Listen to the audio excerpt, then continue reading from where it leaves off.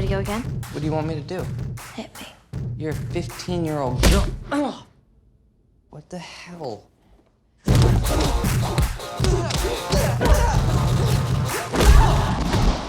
Oh, God. Oh, take your tampon out, Dave.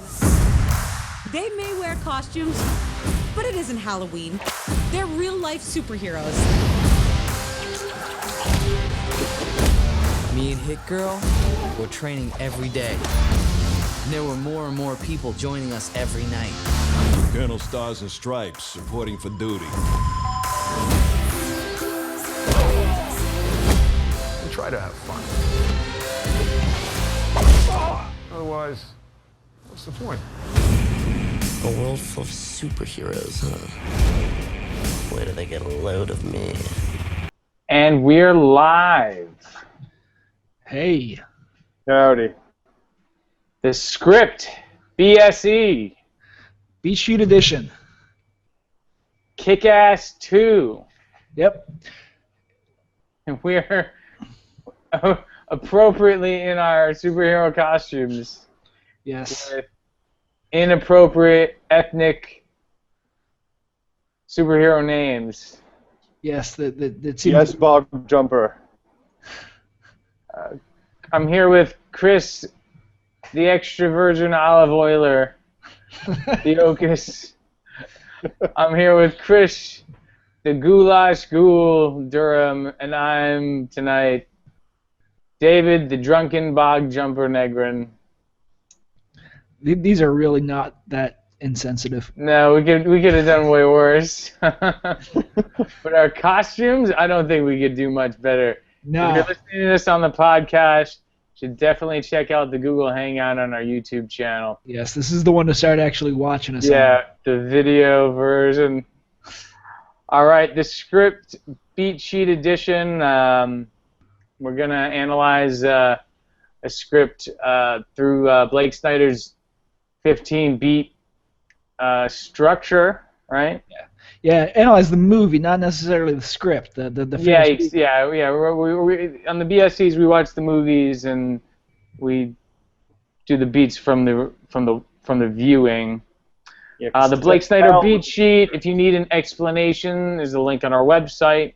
Read the book, Save the Cat. Yeah, Save the Cat. It breaks the screenplay structure down into 15 bite-sized, manageable sections called beats, each of which has a specific goal of the overall story. You can download our final beat sheet, the one that the three of us come to together, and follow this podcast along with that Google Doc version of our final beat sheet from the website. If we're looking for reviews. So we got a couple of good reviews, couple of critical reviews on iTunes, but it's okay. We're screenwriters. We're used to criticism. Yeah, we can take notes. Yeah. Studio notes. Never do another podcast again. Go cry home to mommy. We can take notes like that. Yeah, definitely. But we want email feedback too. We want questions. We want corrections. Yeah, you can email us at scriptfeed@gmail.com. Chris, what was the other thing that you were hoping we get? Oh, the well-actuallys. Some well-actuallys. Yeah, correct us. Call us out on our bullshit because really we're really full of it. We're winging it. Yeah, like right now, well, actually, I couldn't see the top of Olive Oiler's head. There we go. Yeah. Much better. Oh, do you feel better now, drunken Bob Jumper? Dude, I won't feel better till I'm, on the floor of an Irish pub. Yeah, when you lose those horns, Theocus, I just see Chris Theocus there. When it comes down, I see the Olive Oiler. EVO Oiler. The extra virgin olive oiler. The extra evil extra virgin olive oiler. All right. Let's get going here, guys. Kick-Ass 2 filmmakers, directed by Jeff Wadlow, screenplay by Jeff Wadlow, based on the graphic novels by Mark Miller and John Romita Jr., Yes. Yeah. Yeah. What do we think generally? Just first impressions. Well, what are your levels of experience with the original film and the graphic novels? Theokis? Well, yeah, definitely the film pulls its punches in some cases where the graphic novel just falls to the wall, as the sequel graphic novel was. No, but you are a huge fan. You've read all the graphic novels. You've seen the original. Yeah, no, I mean, I had a good time at it. You're a kick-ass enthusiast. Kick-ass enthusiast. I am enthusiastic about Kick-Ass. I really looked forward to this, before it actually came out, and I had a good time while I was there. I don't think you can ask for much more. It's a rated R superhero movie with, quote, regular people as superheroes. Goulash? Does it stand up to like the Avengers in terms of scale and so on? No, but I don't think it ever was. No, but we're concerned with story here. Yeah. Goulash? You know what? I'm just gonna say I think this is probably the most fun that I've had at a movie this summer. I'm not gonna say it's the best. I'm not gonna say it's the best movie. It's not. But it's the most fun I've had. I laughed the most. I felt. There's one scene where the guy next to me looks over at me. He says, "Oh my God, did that just really happen?" And I was laughing too hard to answer. That? What scene was that? Oh man, it was a six stick. The six stick, exactly. Okay, that was a highlight of the film. I'll agree. Yeah, I almost shit myself seeing that. But the six stick was the pinnacle of this film. I, on the other hand, was underwhelmed by this movie in a lot of ways, and it's not just because I'm wearing a monocle in my costume. it's too lowbrow for you. I really liked the original Kick-Ass. I thought the original concept, basically the meat of this movie, is you've got young kids doing ultra violence and being ultra obscene with their language. And that was, at the time, it was edgy and it was an original. And now with the sequel, it didn't top that. It didn't deliver on that. It didn't do more obscene and more violent than the original, which is what it needed to do, in my opinion, to clear the bar. So yeah, I wouldn't say, like I think the original stands on its own, and I think the original has a little something more to it, but I have to say I don't think that this is a letdown in the way a lot of sequels are. I really enjoyed it. It wasn't a total piece of shit. Wow. Okay, so we got some varying opinions here. I like that. I'm just saying I was underwhelmed. Okay. And we'll start talking about the story, and I'll let you know along the way.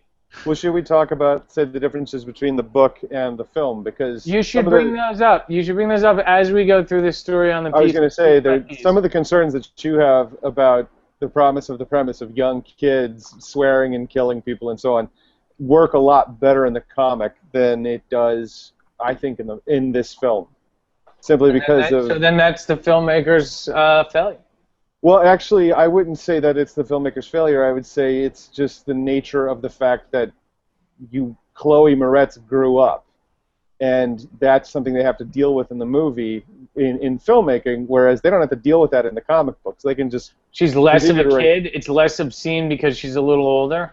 It is, I think, because and this is something that affects not just Hit Girl, but Kick-Ass as well, and all the people around them. In the comics, I mean, it picks up... Kick-Ass 2 picks up maybe a year after Kick-Ass 1. Yeah. So the character goes from, so Hit Girl goes from like 10 to 11 instead of maybe 12 to 14 or 15. And there's a huge difference between that. And so in that sense, I think they compensated as well as, fairly well as they could, because what happens to Mindy... Right, because high school age teenagers being obscene and violent is not par for the course. Is not edgy as a 10 or 12, 11 or 12-year-old. Also, Big Daddy's missing. The part of the edginess is that the father is like encouraging all that. which is completely dark, and there's no replacement in this. Yeah. For him. No, there's not. Stars and Stripes does not hack it. I think Jim Carrey was like very underused here, very underused. Let's. Yeah, I think it's this beat sheet, right. guys. Do you mind if I get into the beat sheet? He says a little, yeah. Yeah. All right. Well, if you want to take, if the olive oiler, wants to take over. Go ahead. You have Bog Jumper. the evil bona fides to take over from the Bog Jumper. And my evil bona fides are my your my horns. Yeah. Yeah. Okay. The opening image is Hit Girl shooting Kick-Ass. What do you think of that scene? And it's just a repeat from the first movie. I don't necessarily agree that it's like your opening image. What was the opening image? Did I miss that? No, I mean, it's literally the first image, but I don't necessarily agree that the very first thing you see is the opening image. That's what I'm saying. So, okay, I mean, so normally when we talk about the opening image, at least when we've done it on this show, we've tried to concern ourselves with like the very first image or the very first scene that you see in the movie, and in the beat sheet that's generally reflected in the final image, and I think there's a bit of that going on here. I think the stuff after that is the setup, and I think I do think that happens here. The opening image and the final image, there is a thematic reflection. What's our closing image? So our closing image is Kick-Ass training himself, right? Is he's suiting up himself. The story is an origin story. It's like Kick-Ass doesn't have a proper origin story in the traditional comic book sense or superhero sense in the first movie. Right. The first movie, it's like Big Daddy and Hit Girl are really doing the superheroing. Right. So in this movie, Kick-Ass wants in on that business, on the real business of superheroing, and he's trying to get Hit Girl to train him, but then Hit Girl essentially hangs up her cape.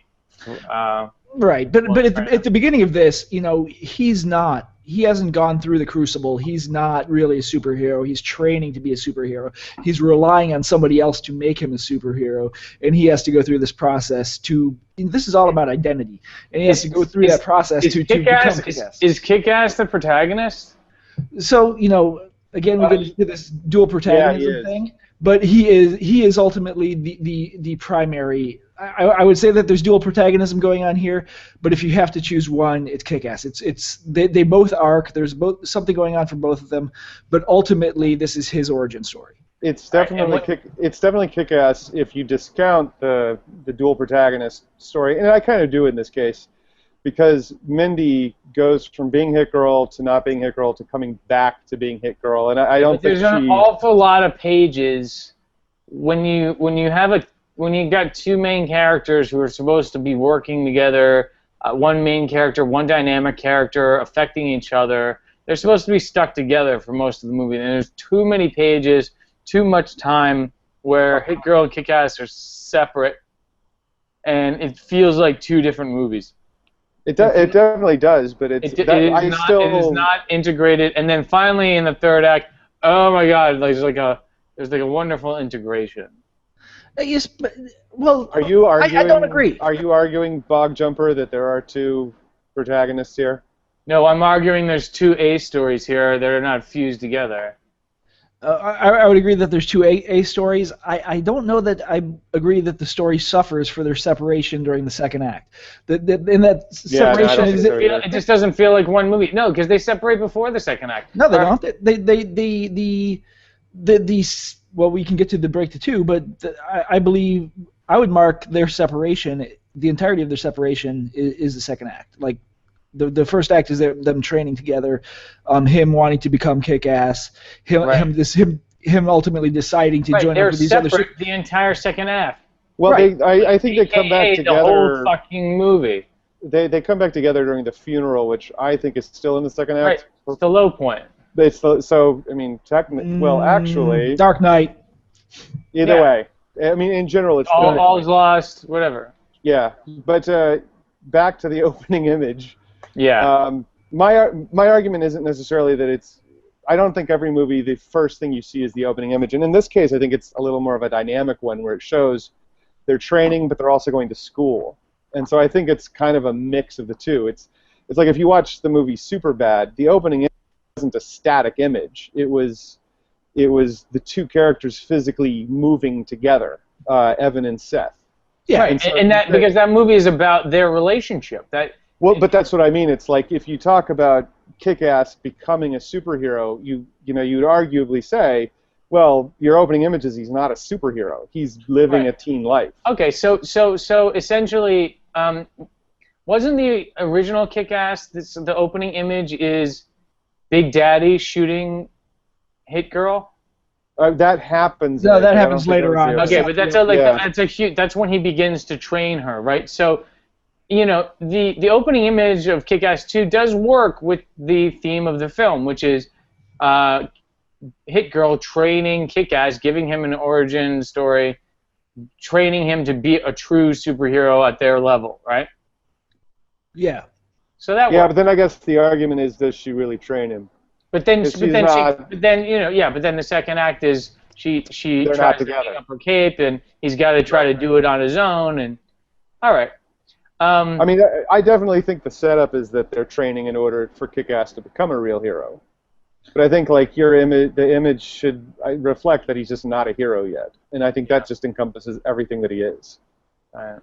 So, do we have a theme stated? You guys get a theme stated? I don't remember where it is, but it is. I guess it's when he's the pimp when she says Kick-Ass is not the mask. Kick-Ass is who you are. Dave Lazuski is the mask. Yeah, Kick-Ass isn't a costume. It's who you really are. That's even actually stated in the trailer. Which, but yeah, I think that's it. Yeah. I mean, again, okay, you guys are convincing me now that this is his real origin story.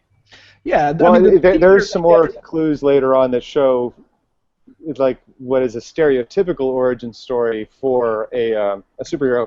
Because this is kind of repeated all the way through, about not necessarily in those exact terms, but like Battle Guy, his friend from school, when he's talking about his origin story with Justice Forever. Yeah. Yeah. He's using the Batman origin story. His parents are killed, and throughout you'll see that Hit Girl has the picture of Big Daddy up in the headquarters. And the motherfucker, well, I guess Chris, before he's the motherfucker, has a picture of his dad, who was killed in the first movie. Yeah. And so it's suggested all the way through that for Kick-Ass really isn't a superhero, at least in the I don't want to say cliche, but in the archetypal sense, is because even though his mom is dead, she died from like an aneurysm. She didn't die in a tragedy. I mean, not to say that dying from an aneurysm isn't tragic, but it's not superhero tragic. So he needs an origin story. Is that right? I mean, a hero needs to be forged, right? Like, like you don't pick up one day and decide I'm going to be a hero. Like, even like what we would consider real world heroes, like Marines, right? That they have to go through a real ordeal and a trial. It's not enough to have a superpower. You need a wound. You need a wound that you're trying to heal by saving the world. I mean, look, a dude who puts on a fucking cape and mask and runs around beating people up isn't a well-adjusted person. Something had to have happened to him. No, he's definitely crazy. Yeah. I mean, there's an argument on the other hand, because there are plenty of superheroes who don't necessarily have tragedy, but all the iconic ones that we remember do, like Batman and Superman and Spider-Man.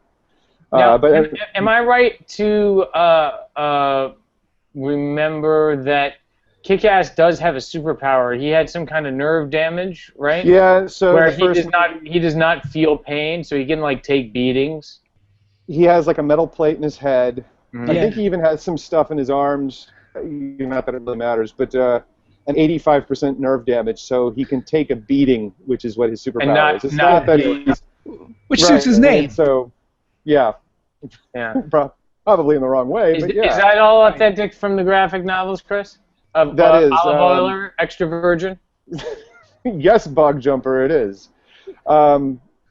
Yeah, that one pretty much flies that they kept. There are a couple of things actually that they kept in this, and that they actually pulled from the first graphic novel for this movie. Because in the graphic novel, Dave doesn't have a girlfriend ever. So the girl, I guess it's Brooke, who breaks up with him at the beginning. Katie. Katie? Yeah, Brooke's the one that with Hit Girl. Oh yeah, you're right. Yeah. So when Katie breaks up with him in Kick-Ass 2, she says she's going to go out with this other guy who has a bigger baton than Kick-Ass, and that's actually kind of a callback to the first book, where when he approaches her to say, "Hey, I'm Kick-Ass and I'm not really gay," because he hangs out with her pretending to be gay. Right. She's offended by it. She thinks he's a stalker. She has, this boyfriend she's saying beat her up, and so what that is in or is not in the graphic novel? It is in the graphic novel, but like I said, in the graphic novel, she's not dating her. She's, she hates him. She thinks I don't he's think the disgusting. girlfriend has a very big impact on the story at all. I don't even know that it needed to be there. Yeah, yeah, they were just getting rid of her, and Yeah. and to be quite honest, the whole thing was just a callback, I think, for fans of the graphic novel. Okay, so in the setup, let me outline it. You guys let me know if I'm missing anything. Kick-Ass has inspired a heroes movement in New York City. Yeah. He wants Hit Girl to train him, and he wants to be Hit Girl's sidekick, basically. Yeah. Well, my impression was it was the other way around. Yeah, well, that's what he suggests, and she's like, "You kidding me?" I'm like, "What is that great line she has?" She's like, Robin wishes he was me. Yeah, Robin wishes me. Yeah. Right, she's like, "I'm in the major leagues, and you're like in T-ball or something." But she does accept him at some point, and they decide to train together, which is great. She just beats the hell out of him, and this is still first act, right? Right. Oh yeah, definitely. Yeah, and they bond. They bond a little bit bond, on a personal level that they hadn't really in the first movie, Right. But it's obvious Hit Girl's more powerful than Kick-Ass, and she's a better fighter, and she has the real crime fighting experience that she learned from Big Daddy. Yes.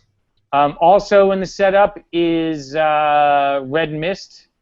He's bored. He's around the house, and his mom wants vengeance. His mom is nagging him, so he accidentally kills her, which is really just foolish ridiculousness, because it wasn't funny, and it wasn't obscene, and it wasn't violent. And this is, again, an area, like I'm going to keep harping on this, where they needed to up the voltage on this stuff. I agree on this point. Yeah, I saw it coming, of course, and I thought it was going to be hilarious. I thought he was going to go kill her on purpose. It was going to be fucked up. I thought there was going to be something there, and it turns out he trips on a wire or something, right? Oh yeah, he kicks it until it shorts. It could have been they suggested there was like an Oedipal complex thing going on as well, and they didn't really play that up. Well, yeah, I mean with a name like in the book, that doesn't even happen. In the book, he's going to do a Bruce Wayne and travel the world and learn the ways of martial arts and things like that, and come back and kill Kick-Ass. And then at the airport, he realizes that he's rich and he can just buy it, like he does in the movie. He realizes his superpower is that he's rich. I like that. Yeah, that's funny. That is funny. He's at the airport. He's like, why do I need that? My superpower is I'm rich. I can buy a bunch of guys. It's not done well. It's not executed that well. Yeah. I mean, I just kept thinking, first of all, the comedy this is a rated R movie. It's not obscene enough. The comedy should be hard edge. It should be like Judd Apatow kind of films. Oh, I was thinking it should have been more along the lines of The Hangover. Probably even Hangover Part 2. Yeah. Hangover Part 2 and 3. In first act, we get the first action set piece is the pimp getting jumped. Yes. Right. This is a training mission that Hit Girl sends Kick-Ass on.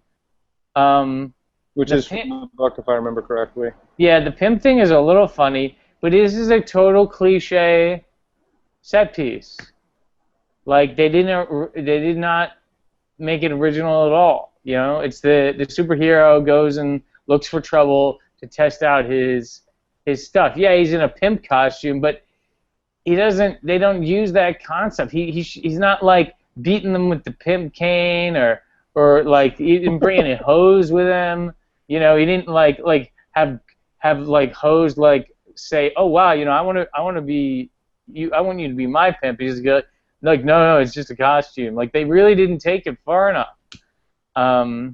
See, I think that's something that the entire series, from the books and the movies, have to deal with, is because Kick-Ass is a pretty meta kind of book and story because it's talking about the comic book things, you know, like the comic book cliches and types, and so it's like, you know, probably Mark Miller wanted to do something. Well, where are those jokes? Where are those jokes? Where are those jokes where?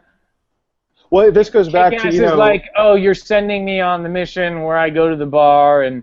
Well, think of it like this. Happens, I mean, if you look at Kick-Ass in the movie, and it goes wrong. You've got to surprise your audience. Great screenwriting is no scene should end the way we think it's going to end, and these scenes are like, because they're superhero cliches, and this is the superhero cliche movie, doesn't mean you're allowed to just do the cliche. Because this goes back to what you're saying about the original movie being about little, you know, young kids. And it's like, if you look at the actor playing Kick-Ass, he's a young guy, but he doesn't look like a little kid. So it's one thing to see somebody who's clearly worked out. You know, this goes more, I think, to the visual tone than it does to the written word. Because it's like, if you see Aaron John, he's ripped. I mean, we saw him in the movie. Yeah, he's the jacked guy, now. Right, and so it's like, but if you see a scrawny 14-year-old kid dressed as a pimp, that's a different visual thing altogether. And that's something that the book does. Like I said, the book can do this a lot better than the film can, because the book doesn't have to deal with aging actors. And I'm going to continue to complain about the fight sequences throughout this whole movie. They are choppy. They are not that violent at all. You know, I compare most fight sequences in every action film to stuff from like The Matrix and the Hong Kong kung fu films, and you know, stuff like Hero, stuff like Crouching Tiger. That's fight sequences need to rise to the level these days. Okay, even the Jason Bourne movies had some great fight choreography. This movie is called Kick-Ass. There are, you know, there are several action set pieces throughout, fight set pieces, and they need to be both violent, exciting, and funny, and they fails almost all fronts. See, I would just say violent and funny, because if they pulled like a Crouching Tiger or even a Jason Bourne kind of fight, I mean, that goes against the premise of what it is. What do you mean? I don't want a big stylized fight scene. I mean, I want action. I want to fun. get his ass kicked. I want somebody. I want Hit Girl to hit some guy in the balls, and us, the whole audience, to go, oh, you know. Oh, I have no problem with that. What I would have a problem with is, like, suddenly they're doing Hong Kong kung fu moves. What I want to see is a dirty fight where it's bloody and nasty, and something that you'd see in a schoolyard or hopefully on the subway during a really hot day in August. What I want to see, really, and I get what you're saying, David, and I don't disagree, but what I want to see, and what I think does happen, is I want to see Kick-Ass start to kick ass, and I want to feel like, you know what, this guy's got a handle on it, and then I want to see it like all go to ruin, which we see in this first fight scene. He starts kind of kicking their ass, and then he starts getting their ass kicked, and eventually Hit Girl has to jump in and save him. I think dramatically that's what has to happen in the fight scene. I understand what you're saying stylistically. Story-wise, that makes sense. Yeah, story-wise, it makes sense. That's great. Then we have a motorcycle set piece. Mindy gets on her motorcycle. She's sneaking out. Ferris Bueller's Day Off. She's sneaking out like on her guardian, like who she's promised that she's not Hit Girl, but she gets and it's like a very like, you know, it's Ferris Bueller's Day Off. Standard motorcycle sequence set piece. What about it is Ferris Bueller's Day Off? So at the end of, I think it was at the end of Ferris Bueller's Day Off. Yeah, it's the same kind of thing when he's got to race his parents home. He has to beat his parents home, and she has to beat Marcus home, and then of course Ferris jumps in bed and covers himself up to his chin, and of course underneath he's got the sweater. He stops by the sun tanning girls. Hi. Right. Yeah. Ferris Bueller. Ferris Bueller. Nice to meet you. And I mean, Mindy doesn't have that because she hasn't, you know. But it's the same idea, only Mindy gets caught. Right. Okay, and so this is where I guess would this be our catalyst, where Mindy, being discovered as Hit Girl, promises her guardian that she won't do it anymore, and she quits training Kick-Ass, right? Yeah, this is where I think it gets a bit shaggy dog in terms of structure, because it's like you were saying with the 2A stories. I would say this is her catalyst, but I would say this is her break to 2, like, because this is the decision that she makes to give up. Getting caught is the catalyst. Yeah, then the debate is you're grounded, you can never be Hit Girl again, and then her going fine. I mean, it's all in one set of dialogue. It's a little right. It is a little like she's the protagonist and she's choosing not to train him, but now because it's like, you could argue that that Kick-Ass as the protagonist, the catalyst is Hit Girl deciding not to train him, so his break to 2 is to go train on his own and find new people. Yeah, so like this is, we talk about this being a little fuzzy, and this is where where we need to and we should address this sometime. But there's been a lot of articles written lately about things like the beat sheet and things like this, and people relying too heavily on a formula structure. And this is where it's important to see where what I think is a successful movie not really follow a formula, but like if we use this formula, if we look at this, this is where the movie goes off the rails because it won't follow the story structure. Totally it goes off the rails. These movies split apart. For the second act, Kick-Ass and Hit Girl are completely separate. But that's fine, man. I'm not enjoying episodes of a TV show. But I'm not enjoying the movie based on these 15 beats. I'm enjoying the movie on its own merit, and I think it succeeds there. It's not about the beats. It's 2 different stories going on at the same time that were together in the beginning, and they don't weave together in the middle, and they barely weave together the third act. The fact that she comes back in the third act is totally unearned. It doesn't feel right at all. And we don't like her. Her whole A story is basically Mean Girls, right? This whole story, her whole story is like a poor man's Mean Girls, and it's totally weak. I don't like Hit Girl, giving in, trying to be one of the popular girls. It's like what was the Alicia Silverstone movie that everybody loves?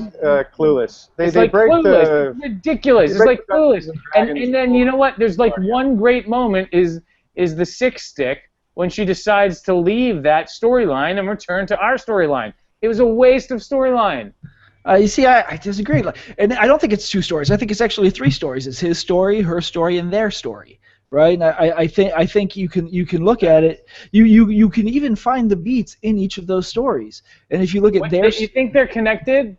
I think they're completely disconnected. I don't think they're always connected, but I do think there is a reflection or there are complementary arcs to them.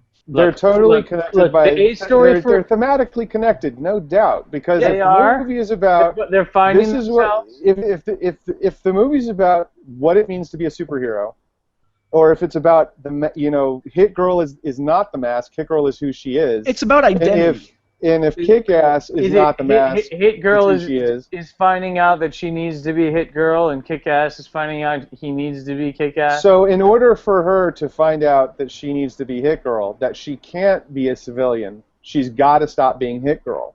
Okay. And for Kick-Ass to find out that he truly is Kick-Ass, he has to go through the crucible, like you were saying. It's like you're not. And like the movie is saying, you're not really a hero until you've been through the crucible. And now, I would agree. I would say that would work, except that Hit Girl's, as we'll continue through the beat sheet, Hit Girl's story is so dull. It is not filled with obstacles of her trying to leave behind the superhero and become, the regular girl at school. The one moment we have of that is the end of it with the 6 stick. Like there's her at the all kinds of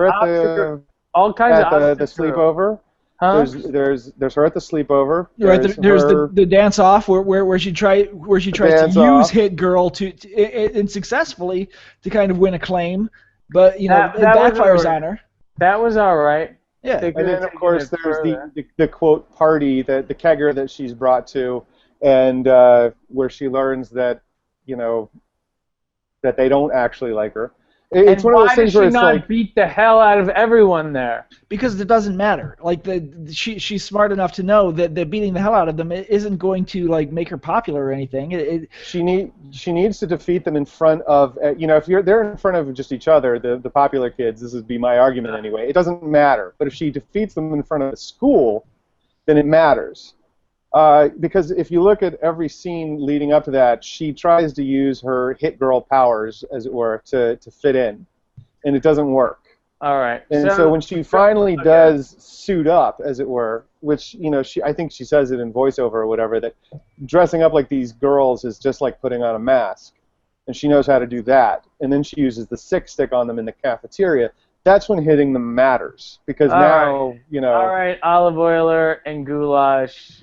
I see what you're saying, but we are gonna all agree that there's like two competing A stories here, and I think they're complementary. Yeah. All right. Yeah, I mean thematically they are. I mean, whether they are our beats or not is. Let me move on with our beats. But if we go to Kick-Ass, then you have a different, I think. Right. We left off with Red Mist becoming the motherfucker. I would even say that you could add a fourth story here, and I mean, of course, we've always got multiple stories going on, but I would say that the key beats are even there for the motherfucker story. Right, he's deciding who he is too. He's got to break to 2. He's got to break to 3. He's got a midpoint. He's becoming a villain. Yeah. And he has more bona fides than Kick-Ass at this point in terms of becoming a super whatever. Yeah. Because his dad got killed. Right. He has the reasons to be an evil villain. Kick-Ass, now that he's not working with Hit Girl, goes out, he hits the streets, and he joins up with Dr. Gravity, who was in Clueless. Yeah. Good point. The TV show. And they have a fight set piece there together. Which is reminiscent of one of Kick-Ass's, like his first successful fight from the first movie. Right. It's like a reflection of that. Right. Then we get now. I guess we're okay. So we're in our fun and games at this point. Yeah, at this point we're in Act 2. Yeah. So fun and games. This actually was something that I wondered about in terms of debate and inciting incident and so on for Kick-Ass, because it's like, how does Justice Forever play into that? Because it doesn't seem like anything really gets started in terms of him being a superhero until he joins Justice. He's learning on his own. He goes out to learn on his own. Well, that's what I mean. It's like meeting Dr. Gravity. He's learning on his own. Well, that's what I mean. It's like meeting Dr. Gravity is kind of also an inciting incident, because Dr. Gravity leads him to Justice Forever, which leads him on another. I mean, I would put that. There's only one inciting incident in A's story. The rest are obstacles. The rest are plot points. There can be more plot points, but the inciting incident is that he has lost Hit Girl as his mentor, because the first act is she's his mentor. Inciting incident, she loses him, breaking into is choosing to go find another group. And I would say it's his decision to join that other group. Finding it as part of the debate. Yeah, you see, that's what I mean. It's like, okay. Because it's like that turns his world kind of, I wouldn't say upside down, but it definitely changes things. He meets Dr. Gravity, so as a partner.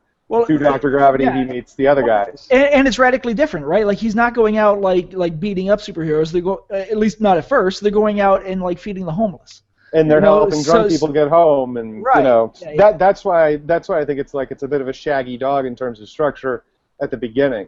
It is because you've got multiple stories going on here, and multiple what you could call A stories. Then you get the motherfucker. He robs the bodega very poorly, right? Yeah. Because he's trying to be a villain. I love the shot of him like holding the gun wrong, and the old man tells him you're gonna hit yourself in the head with that gun, and he does. And then Bam. See, I really like the motherfucker. This is all I kind of wanted to follow him a lot more LOLs, too. but not really laughing out loud kind of comedy. None of this made me laugh. It was all like, oh, that's funny kind of level. It just failed for me on the comedy level. Yeah. Eventually, what about him finding his mother's anal beads? That was that was somewhat edgy, but you gotta take that joke to its final completion. He's got to use that at some point. Well, they were about the size of fucking softballs, man. I know, man, but you know what? You need to start using those as a weapon. Before the third. He needs to start using those as his, like, you know, the motherfucker's weapon, you know? Oh my like, God. He's taking out the anal beads. He should have used them as a weapon and fucking sworn up and down that they were a rosary or something. Yeah. Oh, I don't mind if he used them as a weapon and swore up and down that they were anal beads. Yeah. I mean, if you're gonna go for it and you're gonna wear an S&M outfit. Yeah, with a name like the motherfucker. With a name like the motherfucker, I really could have gone for more Oedipal themes with him, you know. You wanted I don't remember the mom at all being in the book. Got it. Kick-Ass meets Stars and Stripes, and he meets this new gang of superheroes. Yep. This is where it continues to kind of reinforce what's it mean to be a hero because of Battle Guy, who's his friend, telling the Batman origin story. Yeah, I mean, because when Kick-Ass calls him out on it, what's his face? Colonel Stars and Stripes says, "Do you want to, change your resume?" And it's suggested in the way he says it, to me anyway, is like you're not a real hero anymore. Right, you're not a real hero until are. you've got a wound, you've got something that happened to you, and then we meet the other guys. We meet Night Bitch. Night Bitch. What was her background? She's awesome, by the way. Her sister was murdered, found in a dumpster. Right. Insect Man was an out gay man, and that's why he didn't wear a mask. He would wear a mask. He was persecuted. It was just, it was like being in the closet again. What about the middle-aged couple, like remembering Timothy or something like that? They lost their child. That's the most fucked up backstory. And their costume is his fucking Tommy's pictures. mom and dad. And they're just kind of there. They're just there to kind of like as a support group. The tone of that didn't work in this movie. I could see how that could be really dark comedy. It didn't work the way it played here.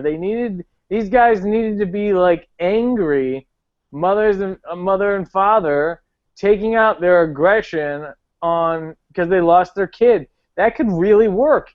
It did not work in the movie. I just kept thinking these poor like parents. Out for a night on the town trying to be social. It was pathetic. It wasn't dark comedy. You see, okay, that's where I think that they play it up more in the book, is that they're pathetic. And it's not just the couple that's pathetic. It's like everybody doing this, except for Hit Girl, is pathetic. And, of course, Mother Russia, because, come on. And I think that's kind of the point, is like, that's another thing that's played up in the book, is because you see these small, skinny kids, and they're pathetic. And but this is our A story. This is, Kick-Ass joins this team. We don't want them to suck. That's unheroic. It reflects poorly on our main character. We don't want them to be stupid, and we don't want Stars and Stripes to be an idiot. And turns out, when Stars and Stripes first... Maybe we're getting ahead of ourselves, but when Stars and Stripes first breaks down the door at the brothel with the Asian gangsters with the holding the sex workers hostage, that was awesome. You see that he's like a bad motherfucker. He's crazy to go up against like far greater odds. I love his concept. That was my favorite set piece of the movie, the action set piece. It was the only one that worked for me because it was pretty violent and they were definitely outnumbered. And it's like they were not really sure they were going to do it until Stars and Stripes opened the door, and then they're like, "All right, let's do this." And then you get Night Bitch and Kick-Ass working together. You get the other superheroes joining in.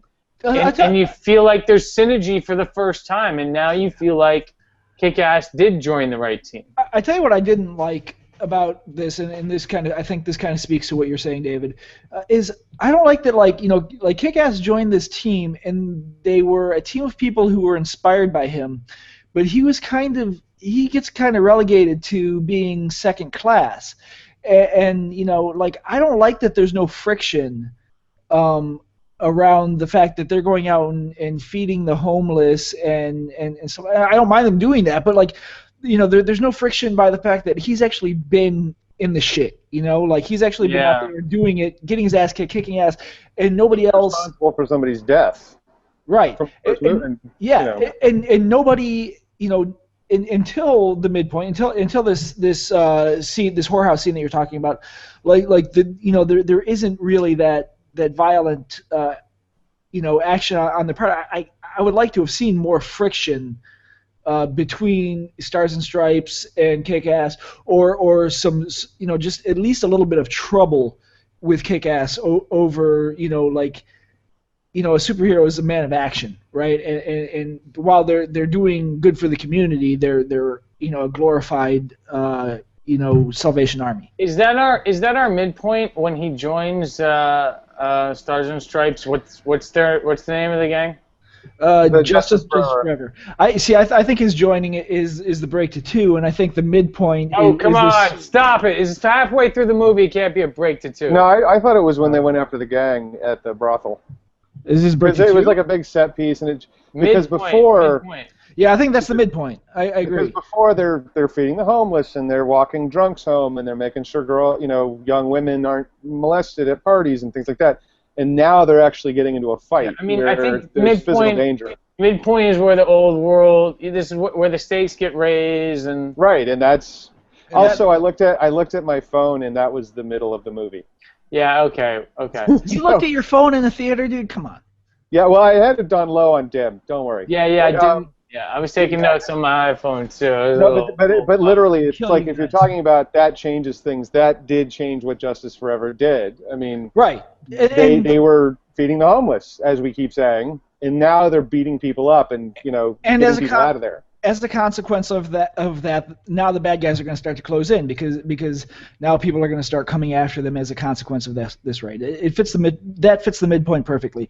You know, again, we talk about, especially the first part of this being, you know, kind of muddy because of the multiple stories. I think in particular, Dave Kick-Ass's storyline, his break to 2 is the decision to join, which is a little later than you would typically see. That's not a break to 2. It's a midpoint. It's where his decision was to go out on his own. Wait. So what is the midpoint for you? Is the midpoint for you is him joining? Yeah. That raises the stakes in absolutely no way. It it does. Now there's a team. Now he's got what he wanted, which is a mentor and a team to go do what they want. Then they start pulling heights, they start rescuing people, they start doing stuff. Now I'm with the goulash ghoul on this one. It's the raid on the brothel.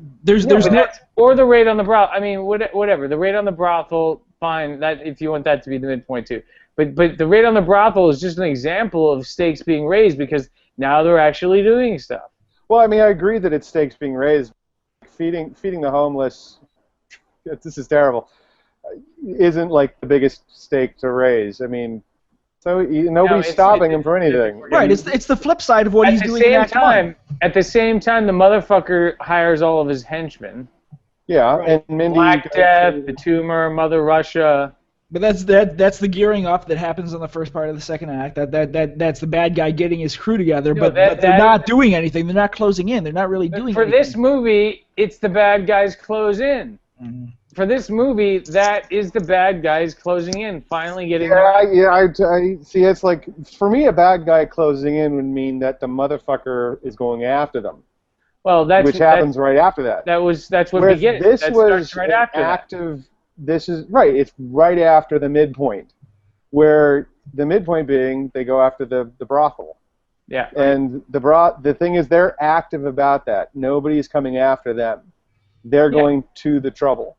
And That's so, and fine. the reason that I Either say joining or that the it changes brothel. things up is because the reason I say that the brothel changes it up is the midpoint is because they're using their fists, they're doing things that are what we think of as superhero things. They're getting into a Yeah, fight. they're basically I don't they're think like of Superman going to feed the homeless. everyone's like, oh shit, we're really doing this. Yeah. Like Right, up and so until when I think of, like, up Superman- until Stars and Stripes knocks down that door, people are like, are we really doing this? And then they're really doing it. So now they're in for real. Yeah, and they've possibly gotta, they're gonna suffer the vengeance of an Asian gangster. Who knows? Meanwhile, in Hit Girl's story, she's, trying to fit in at school. She makes a date. She's trying to dress pretty. It's like, Clueless / Mean Girls. This is before the midpoint. Right.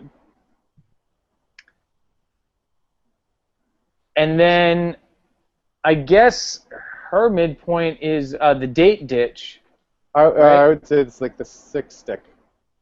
No. That's her reaction. That's her reaction to the midpoint. Well, you see, because yeah.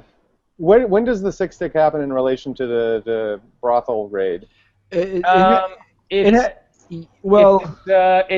after. It's after. Yeah, it's definitely after because she comes to him after she gets ditched. Yeah, and she cries for the first time, and he convinces her to fight fire with fire. What would Hit Girl do? Yeah. I mean, my argument again for like a midpoint for Hit Girl would be the six stick because it changes things. She actually, I mean, I like the ditch, It's the a date plot ditch, point. but It's not a midpoint. It's this. But that's the changes midpoint has to things change back. the movie into a new movie. It does. She changes back into Hit Girl. Her story was fitting in. So I want to fit in with these people, but then the date ditch.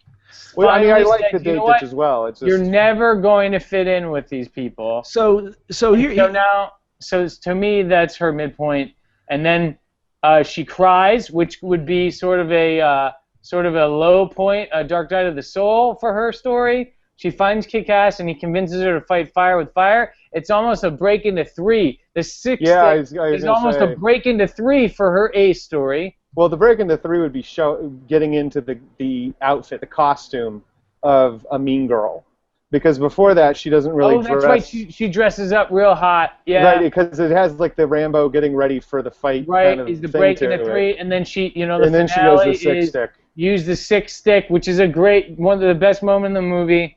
It's the edgiest moment. It's the thing you don't see coming. Finally, I'm like, did I just see that? Like you were saying. I'm not so sure on the midpoint for her, because I'm not so sure it falls in there. Like if you look at, because I'm wondering, there's also that dance scene, right? Where she pretends to be texting. That's her fun and games in her story. Yeah, that's totally fun and games. Her A story is to try to fit in. So right? So I've kind of battled this in my head. I've thought about that. I've also, and when I think about midpoints, one of the things that I always think about is that false victory or defeat thing, right? Yeah. The squad is the false victory, right? Making the squad is the false victory. Or is the date ditch a false defeat? Then the date ditch is the midpoint, right? The false victory is she gets on the team, but she pisses off the girl enough to make her organize the date ditch. And then the date ditch would be like bad guys close in and Dark Night of the Soul and all is lost because then she goes to Kick-Ass. Dark Night of the Soul is when she cries to Kick-Ass. Right, so the midpoint would be the dance routine because it's a false victory. She thinks she's in, and the head of the Mean Girls the midpoint's preceded by a false victory. The midpoint itself is the turnaround from one world to another. But I mean, that's semantics. We're arguing about semantics. Yeah, I'd say that it is the false victory or the false defeat, and that after that we're in the new movie because then the bad guys close in, then we have the Dark Night of the Soul, then we have, etc. And so it's like wow, your mustache went way off. Right. Because then she thinks she's won. She thinks she's part of them, and we know because of the blonde. Either way, I think what we have all discovered here is that Kick-Ass and Hit Girl have two different stories in this movie. Yes. And that Hit Girl's story is nested inside of Kick-Ass's story. Because what happens is once hers is over, after the Six Stick is over, she puts the Hit Girl uniform back on. She decides she's Hit Girl, right? Yeah, and then... And before she can do that, Javier is killed by motherfucker's gangster family, right? Yeah. The gang, and then what I think is the low point for Kick-Ass's story is they actually kill Stars and Stripes at the headquarters, and they blow up and they destroy the headquarters, right? No, how is that lower than them killing his father? Yeah, his dad is the low point. Yeah, I forgot about that. That is so ridiculous. That is so. Where did the father come from? He's barely in this movie, okay? You know, which is a problem, but Stars and Stripes is a surrogate father. He is the father of this movie. He is the big daddy of this movie. And all of a sudden, you do it twice. You kill Stars and Stripes, and then they Stars and Stripes and kill his actual dad. It's like you're doing it twice. It's like a double. So okay, that goes back to double superhero all is rules. lost. It's retarded. It's superhero rules, because Stars and Stripes isn't a blood relative, and from my understanding from what this movie is positing, the way to become a superhero is a blood relative has to die. You are absolutely right. That's why they shoehorn that shit in there. Okay. The father being killed by the evil villain now makes Kick-Ass finally the hero that he needs to be. But then why does Stars and Stripes die? Well, no, hang on. It doesn't useless. make him the hero. It doesn't make him the hero he needs to be. It gives him the resume. Right. It gives him the resume because Hit Girl tells him at the end. But for me, the bad guys close in is when the toxic cunts go after Justice Forever.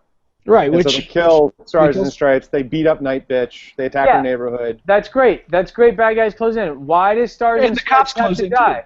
Why does Stars I don't think he has die? to. I don't think he has to. I don't know that it was the right move for him to die. I think just getting the shit kicked out of him would have been fine, just like with Night Bitch. But I definitely don't think that constitutes the law. Well, you see, I agree with the Bog Jumper that it is a surrogate father being killed. I mean, I think that's why they did it. Yeah, that all is lost is the father being killed. But you know, and you could also for me, arguably the father say that barely in this movie. There was a lot more resonance when Stars and Stripes was killed for me. Let me ask you this, Olive Oiler.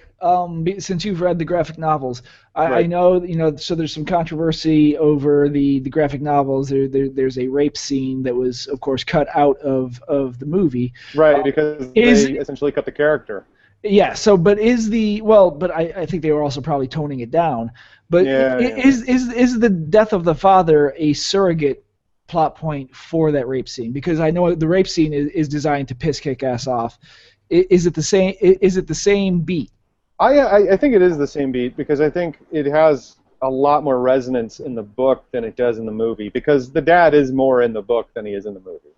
Okay. He's it's like, yeah, I mean, he's just a bigger character in that. So him taking the fall for Kick-Ass, him doing all of that stuff, to me it meant a lot more in the book. I mean, I agree that he wasn't in this enough, and you want that to have an emotional resonance. Bruce Wayne's parents dying, him being left an orphan has more emotional resonance because he's alone. Does it? I don't see. I don't know that it does. Like every time I see the Batman myth displayed on screen. All I'm saying is, like, maybe not to you personally, but relative to this, yeah, because he's all alone in the world. And the thing with, like, Superman, he doesn't have any parents, but not only that, he doesn't have a homeland. It works if the parent was relevant to the story. In Spider-Man, Uncle Ben is relevant. He hangs out with him. They spend time together. He's the one who taught him to be a scientist. Yeah, he gets the theme stated. In this movie, Kick-Ass's father is completely gone. The surrogate father, Stars and Stripes, has a lot more relevance. So yeah, I mean, I get the point. I just, I actually feel Uncle Ben more than I feel Batman's parents, because Batman's parents are one scene. But, you know, I feel Harry Potter's parents more. Yeah. You know. We can all agree. I think we are all agreeing. The low point is the death of Kick-Ass's actual dad, but it's shoehorned in. It has far less resonance. Stars and Stripes' death, and the beating up of Night Bitch is probably a surrogate for the graphic novel rape scene, which we know the rape scenes in screenwriting are like the third rail. Like, if your movie is not entirely about rape and surviving rape, you need to leave it out. It's one of those subjects that is, has a lot of emotional context. You don't mess with it. Yeah, I mean, well, I think part of the reason that the comic book exists, that the graphic novel exists, is to push all these buttons. Yeah. Yeah, and you know what? In fact, Mark Miller's been being called out on this fairly recently in comic book circles, because this isn't the only time that he's done this, and it seems to be like his go-to for an emotional punch. He had a book called Nemesis out where it's used as a major plot point, and he does it in, I want to say, this series he did called The Authority, where it's a major plot point. It seems to be his go-to thing, and so I mean, it doesn't. Yeah. Gender of the character doesn't matter. He just goes to it, and so he's been called out on it recently. Well, it's a shortcut to drama, and it's hack writing, in my opinion. So it's like might have a lot of good things to children. say about. It's like putting children in danger and killing them. It's like a shortcut to drama that is. Right, unless you're doing Rabbit Hole, which is about the loss of a child. Exactly. It needs to be about that, right? Or invoking 9/11 in your story. Unless it's about the movie's about that, it's a shortcut. It offends people. It's gonna offend some people. It's it's lazy writing, in my opinion. I mean, can we get back to the beats? Yeah, certainly. I was just going to say, like, with Night Bitch, they have the allusion towards it. They make a nod towards it. And I kind of felt they could have left that out. Yeah. Yeah, because it wasn't funny. Bring that beat in. Bring that beat back.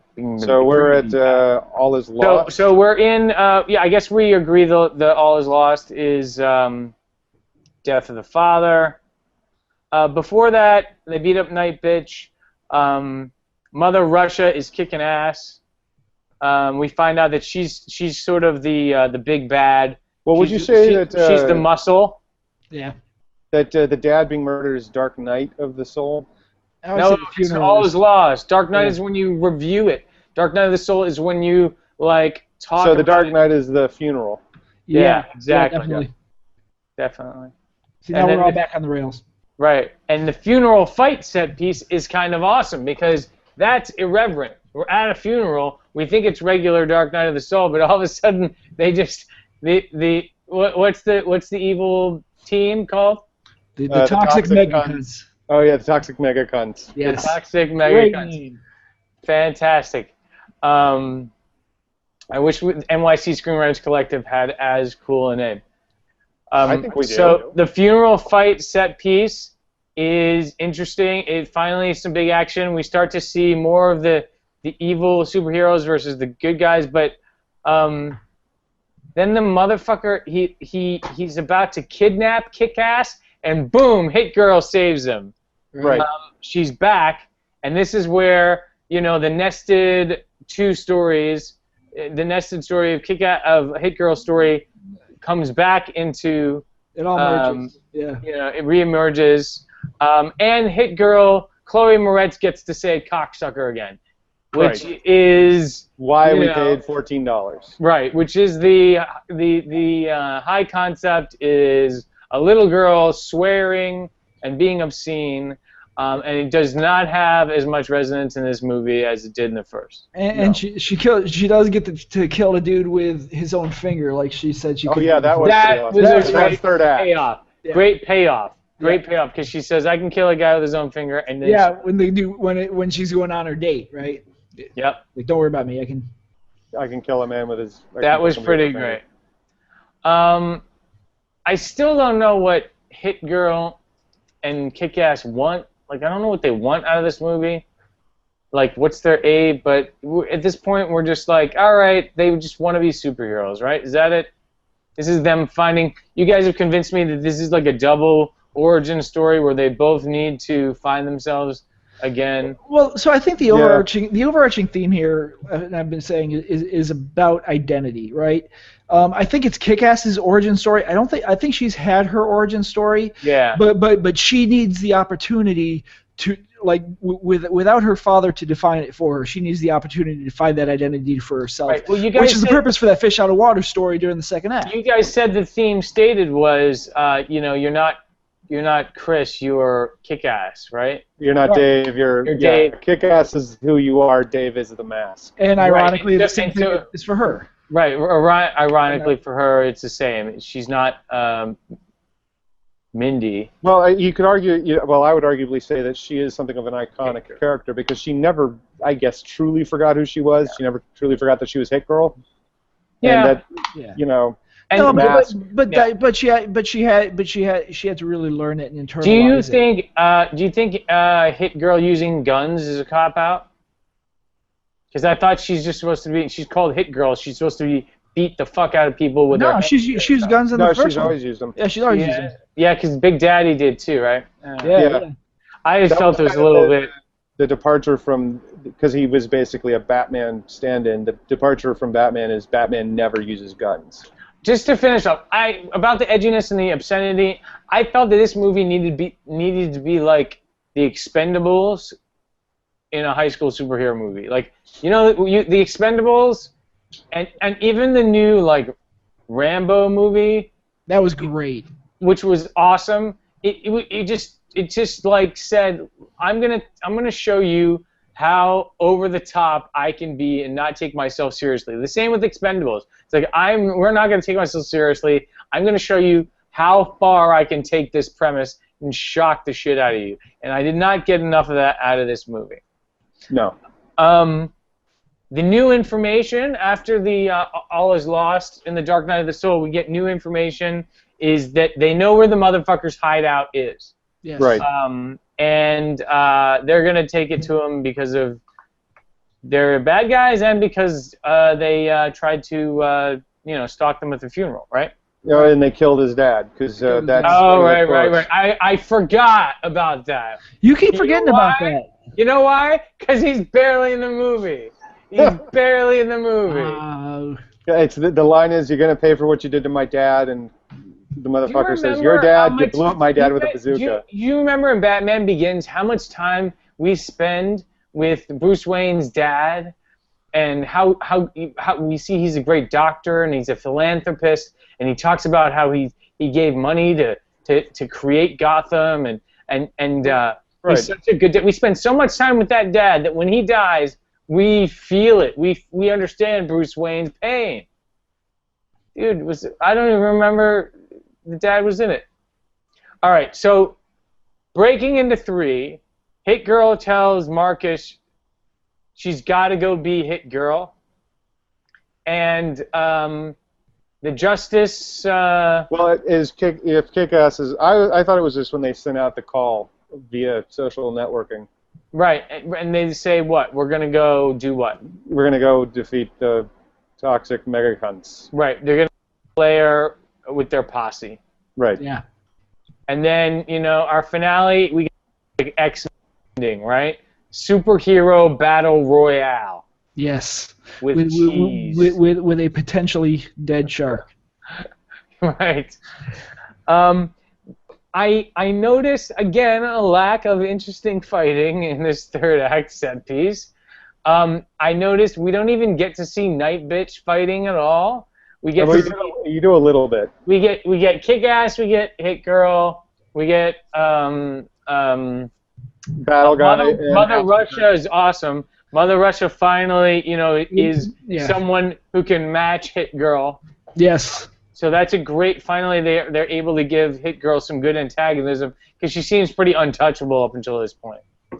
And the way Hit Girl finally kills Mother Russia is fantastic. The broken glass knife of death thing. Yeah. So that was awesome. the adrenaline injection was a callback to the first graphic novel. Okay. Yeah. Oh, right. They set that up early in the the movie. You might need this. Yeah. Well, but the thing is, like, it's not in the second one.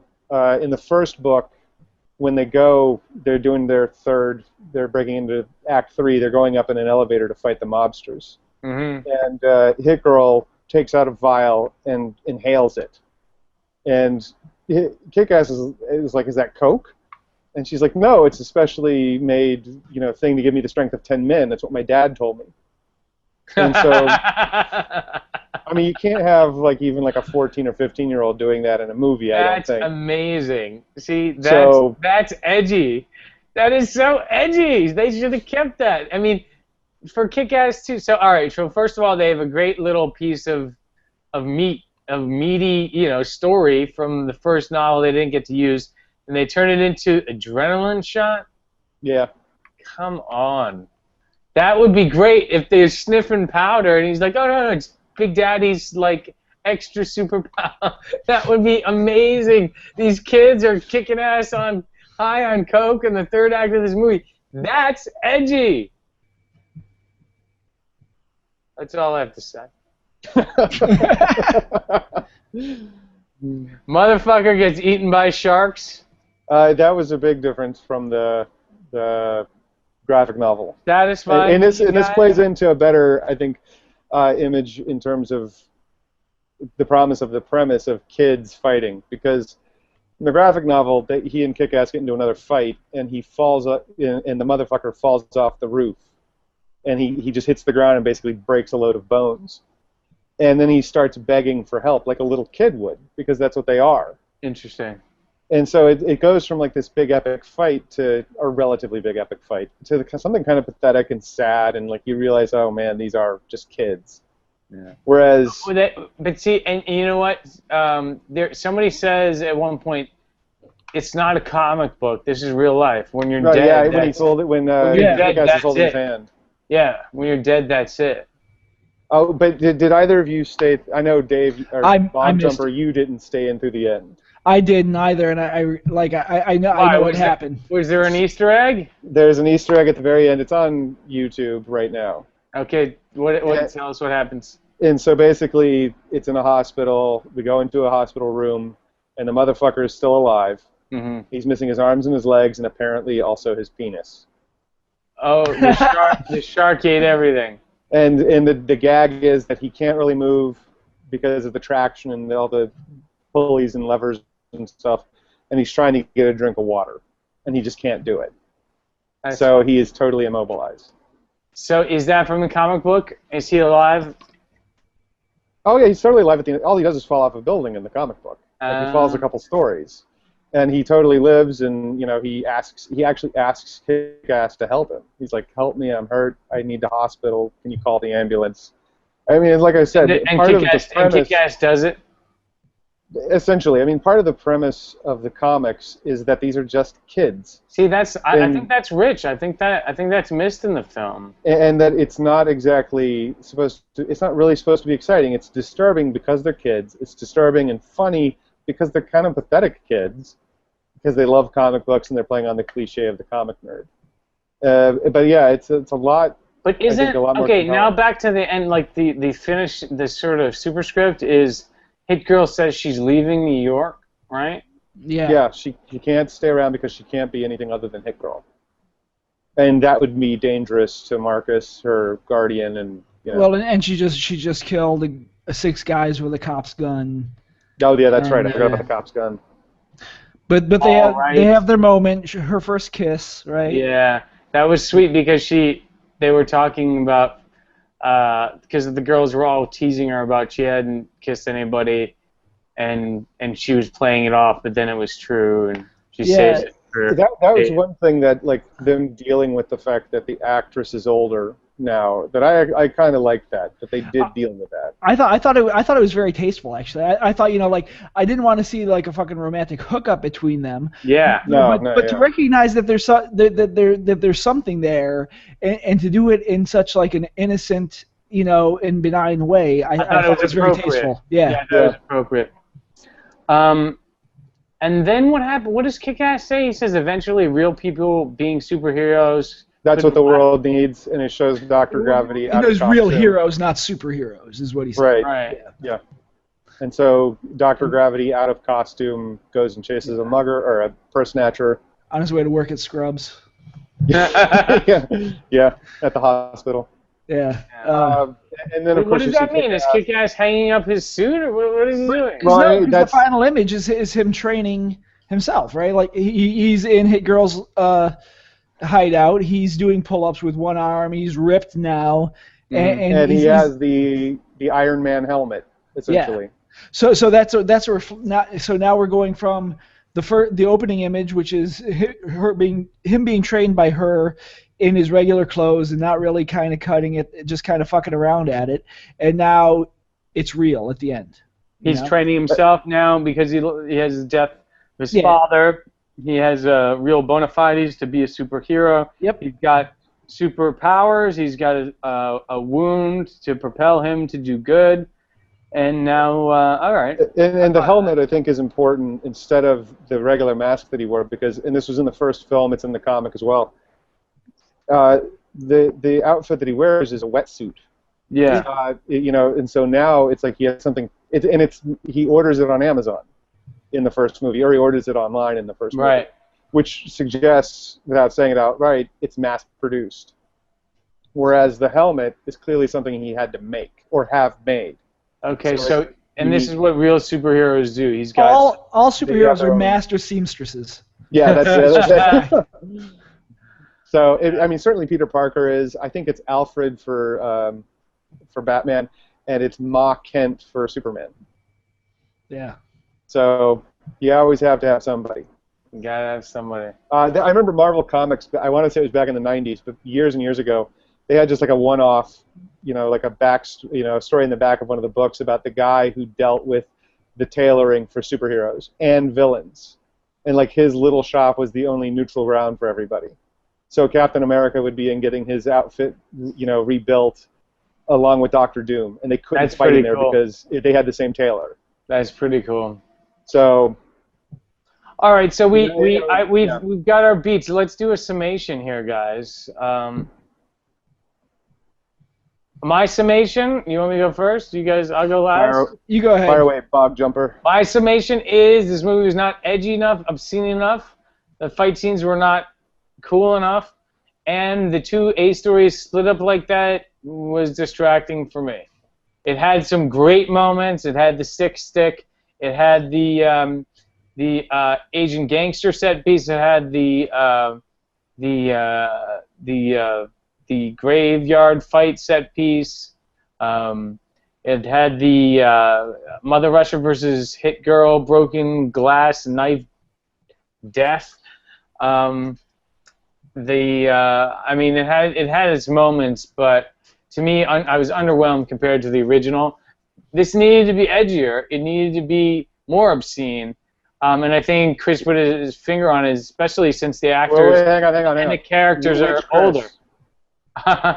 Virgin olive oiler, the extra virgin Chris, put his finger on it with that it's because the actors are older, and it's not the high concept of kids being obscene and violent is lost on us.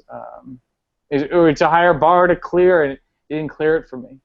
And the A story confusion also didn't help the story for me. But, I wasn't totally disappointed. I just didn't laugh out loud. I wasn't shocked that much. Though I wish I had a 6-stick I could use on some of my nemesis. Nemesis? I can't disagree. I certainly enjoyed it more than you from the sound of it. And I have to agree with the Goulash Ghoul. It's probably the most fun I had at the theater, this summer. I thought they handled some of the things that they had no control of very well, like the age of the characters in terms of dealing with the kind of stories they should take on. But yeah, I had a good time. Goulash Ghoul. Well, I'll provide counterpoint here. I guess to David anyway. I really I enjoyed the movie. I didn't go into the movie looking for it to be edgy. That's a secondary thing for me. I went in looking to have a lot of fun, and I did have a lot of fun. I think that it's although there's a lot going on, especially in the first half of the movie in terms of people to follow and story to follow. And you could say it gets a little muddy. I don't think it does. I don't feel like it does, and I actually think it provides an interesting counterpoint to a lot of the conversation in screenwriting circles that's going on right now regarding, formula, structure, and whatever. Just breaking structure doesn't make you fucking innovative. No, but that's not what I'm saying. Breaking structure for no reason is not innovative. But I don't think it's for no reason. I think it serves what I think is actually a very good story. So, I think this movie is a lot smarter than I think its surface gives it, I agree. Suggest. Yeah, I think there's a lot going on here. I think it's well done. I think it's it's not as one note as a lot of movies that modern typical structure builds, but it does still fit the bill of that structure. So, I really enjoyed it. Yeah, it's definitely, I think, more interested in the themes and the meta commentary of the genre than it is, in a lot of things about, like the A story and so on. But, this is what we got. And I think part of the reason that the structure, at least at the beginning, maybe suffered was because it was fitting in so many storylines from the book, which is a little more free to explore things. All right, well, that's going to do it for us on the Script BSE podcast for Kick-Ass 2. You can email us, fan mail us, hate mail us, comments, questions, proclamations to scriptfeed@gmail.com. You can join our Facebook page or Google Plus page by searching for NYC Screenwriters Collective. You can also follow us on Twitter @scriptfeed. And if you live in New York City, you should sign up for our workshops at meetup.com under NYC Screenwriters Collective. I want to thank the extra virgin olive oiler and the goulash school. Thank you, Drunken Bog Jumper. Yes. Okay. And please, if you got reviews, if you like us, you don't like us, write some reviews on iTunes. We're going to talk.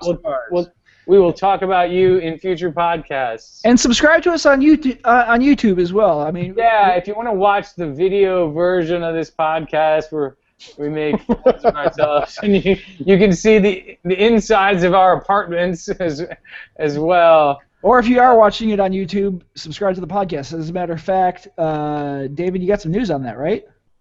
What news? Stitcher. Oh yes, we are now right. Yes, the script is now available on Stitcher.